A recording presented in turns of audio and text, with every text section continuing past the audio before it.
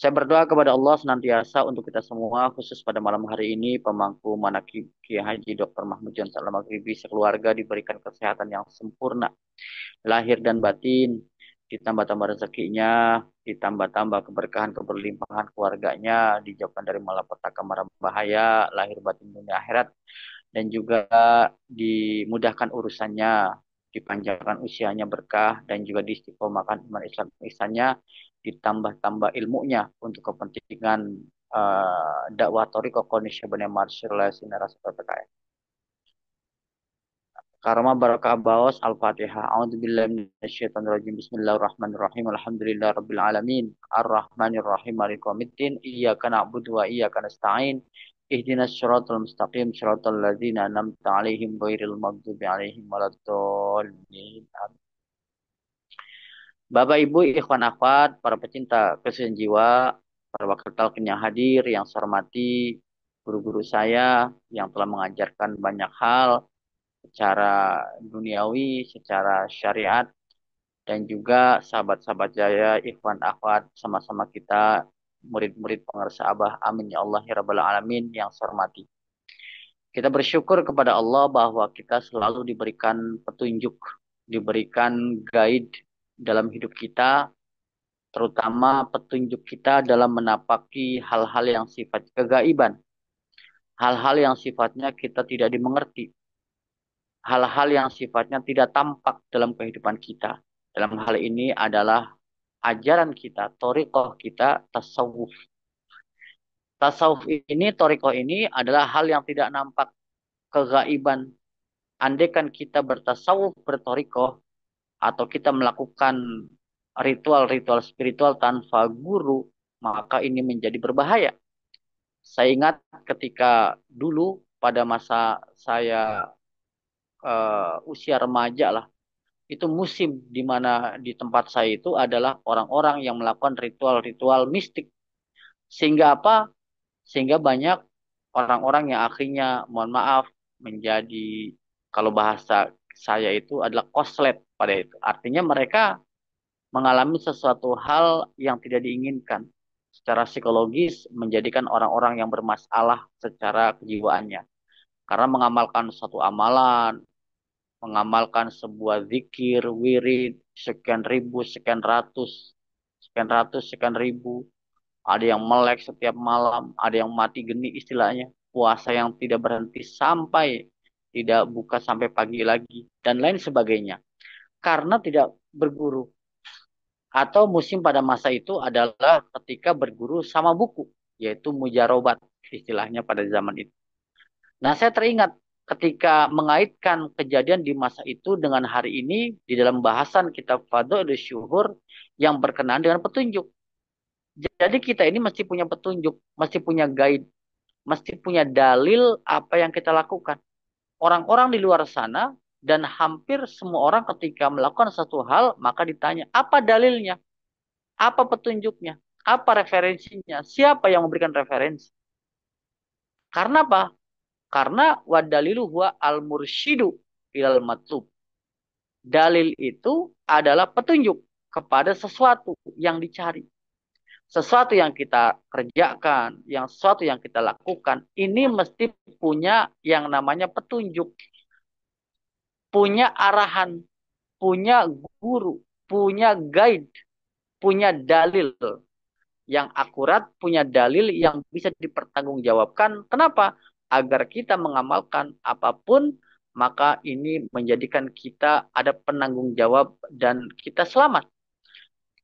Apalagi yang berkenaan dengan ritual, yang berkenaan dengan kegiatan-kegiatan spiritual. Nah, jadi ini tidak boleh gegabah, mesti punya gurunya. Maka menurut pengarang sahabat di dalam kitab Fadlul Syuhur wa indana yang berkenaan dengan dalil adalah ad-dalilu huwa al-mursyid. Dalil itu adalah mursyid. Artinya ketika kita mengamalkan satu amaliyah, kalau kita tidak punya guru, tidak punya mursyid, maka sangat berbahaya. Maka sangat sombong sekali ketika ada orang mengatakan, sudahlah saya bertoriko, berzikir, bertasawuf tanpa guru. Ini berbahaya sekali. Atau mengatakan, sudahlah saya cukup kepada guru saya sebelumnya. Padahal guru hari ini adalah bisa membimbing kita tidak hanya ruhani ya, tapi juga secara syar'i, secara zahir dan batin. Kita sepakati bahwa guru kita mesti zahir dan batin. Bagi murid-murid Thariqah Qadiriyah Syabani Madsurialaya, mesti betul-betul mempunyai guru yang zahir batin. Tidak hanya batin, tidak hanya ruhani. Atau tidak hanya zahir, tapi tidak bisa menghantarkan roh kita kepada Allah karena hanya yang sifatnya zahir. Nah, jadi mesti zahir batin, lahir batin, ruhaniyah dan jasmaniyah. Jasmaniyahnya ada, ruhaniyahnya ada. Itulah dalil. Itulah mursyid yang memberikan petunjuk.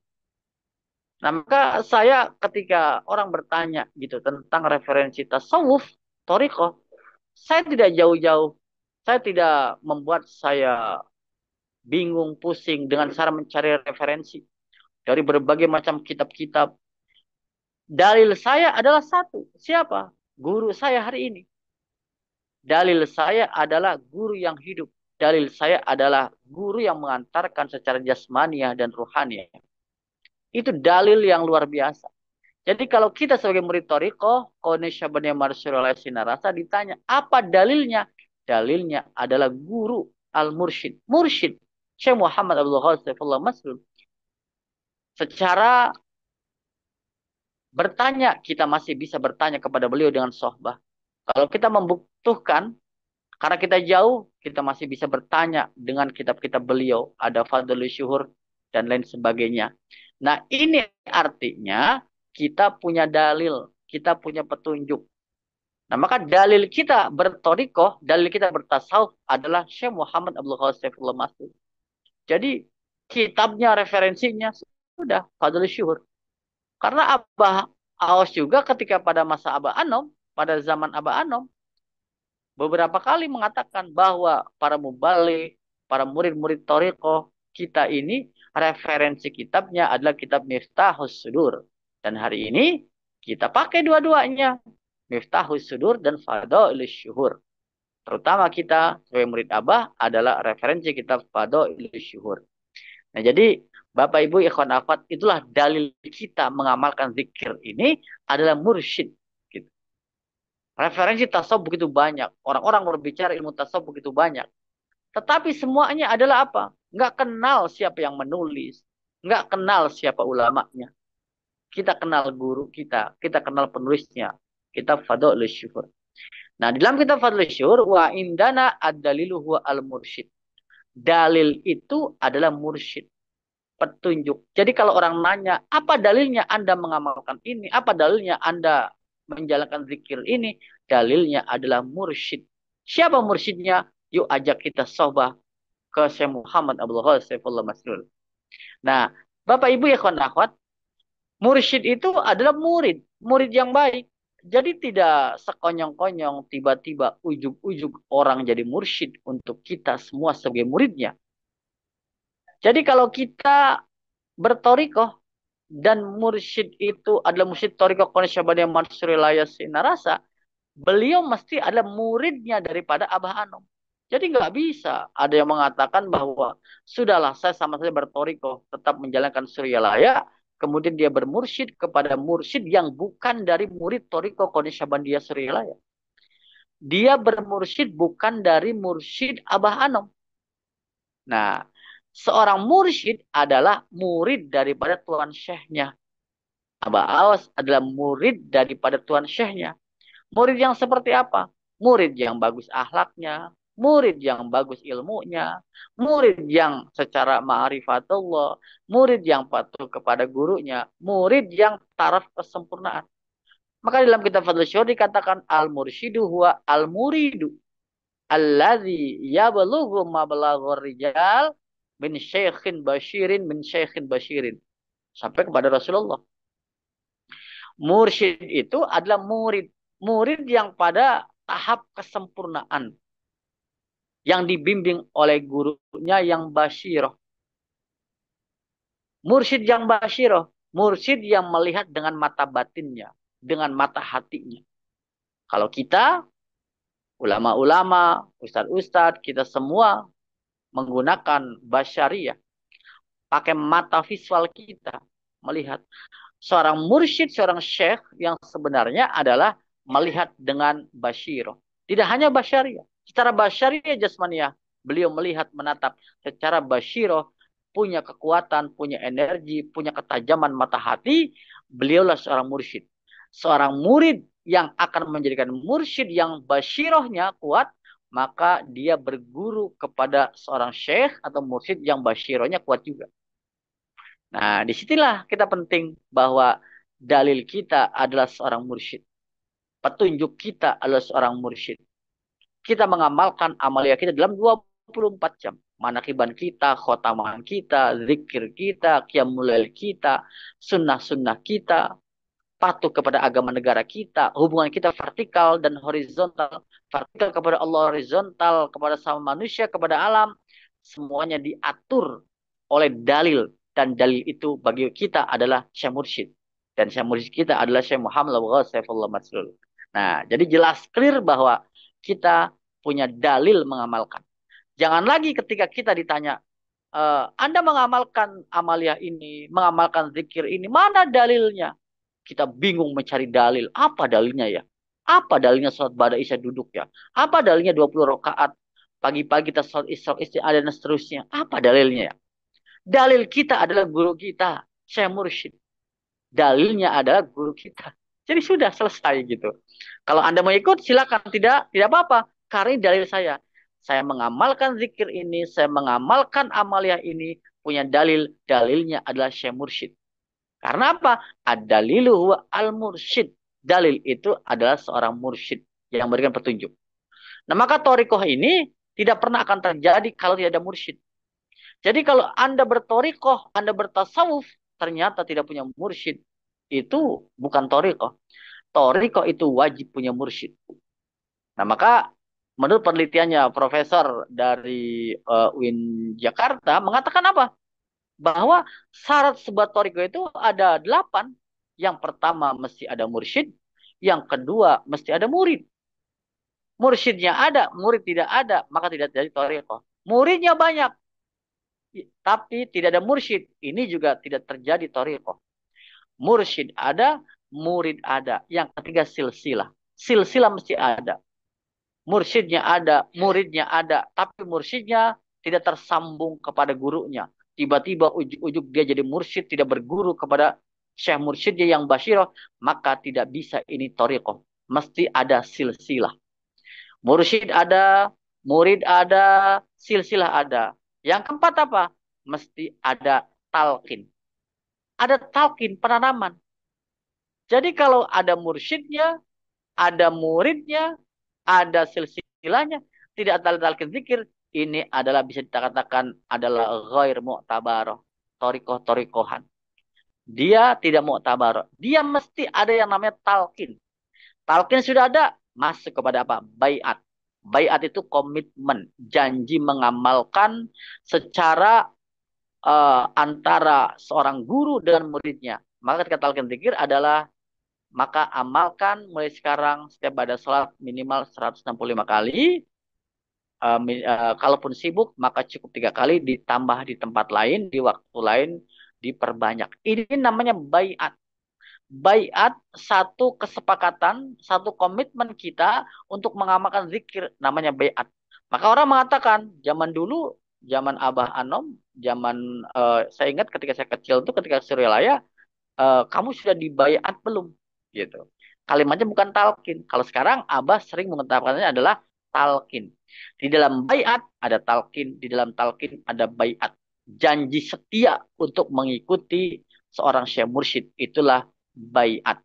Nah, Bapak Ibu ya kawan akhwat, pertama murid, pertama mursyid, yang kedua murid, yang ketiga adalah silsilah, yang keempat adalah ada talqin, yang kelima ada baiat. 5 nih. Yang keenam ada apa? Yang keenam ada yang namanya adab. Ada etika di situ. Ada adab. Kemudian ada apa lagi? Ada zikir. Yang kedelapan ada madrasah. Jadi ada mursyid, ada murid, ada silsilah. Ada talqin, ada baiat, ada zikir, ada adab, ada madrasah. Sebuah toriko tanpa zikir, ya bukan toriko. Jadi kalau ditanya, apa torikomu? Torikoku adalah A, tapi nggak berzikir. Maka ini bukan toriko karena tidak zikirnya. Maka ditanya, setiap orang yang bertoriko pasti ada zikirnya. Nah, jadi Abah ternyata kita tidak mengamalkan zikir, maka bukan toriko. Namanya bertoriko adalah ada zikirnya. Dan kita zikirnya jahar dan khafi.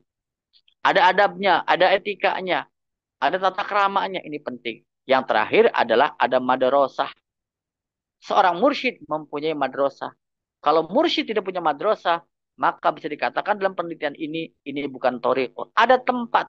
Mursyidnya mana? Mursyidnya ada. Di mana? Pokoknya ada. Nggak bisa. Mesti punya tempat. Mesti punya madrasah. Syekh Abdul Qadir Jailani qaddasallahu sirrah punya madrasah. Abah Anom punya madrasah di Suryalaya. Maka kalau kita di Suryalaya, ada tulisannya Madrasah Thariqah Qadiriyah Syabandiyah Mahat Suryalaya. Tulisannya eh, di rumahnya, di madrasahnya Abah Anom. Nah, Abah Awas punya madrasah, yaitu madrasah di Sinarasa. Sampai dikembangkan dengan mujadidnya pengerasa Abah, madrasahnya bertumbuh, berkembang, maka setiap mubalik punya madrasah tempat manakib, tempat zikir. Berkembang lagi, setiap murid punya madrasah di rumahnya masing-masing. Sebagai apa? Tempat zikir. Bahkan berkembang lagi, dimanapun tempat manakib zikir, itulah madrasah. Mau di kendaraan, itu menjadi madrasah kita. Mau di tempat manapun ketika kita melaksanakan manakib zikir, itu madrasah kita. Nah, Masya Allah, inilah mujadid pembaharu. Maka luar biasa gitu ya. Jadi ini kita sudah sangat sempurna dan hak betul bahwa torikoh kita mendapatkan kriteria itu, ini torikoh yang benar, yang mu'tabaroh. Ada 8 aspek itu.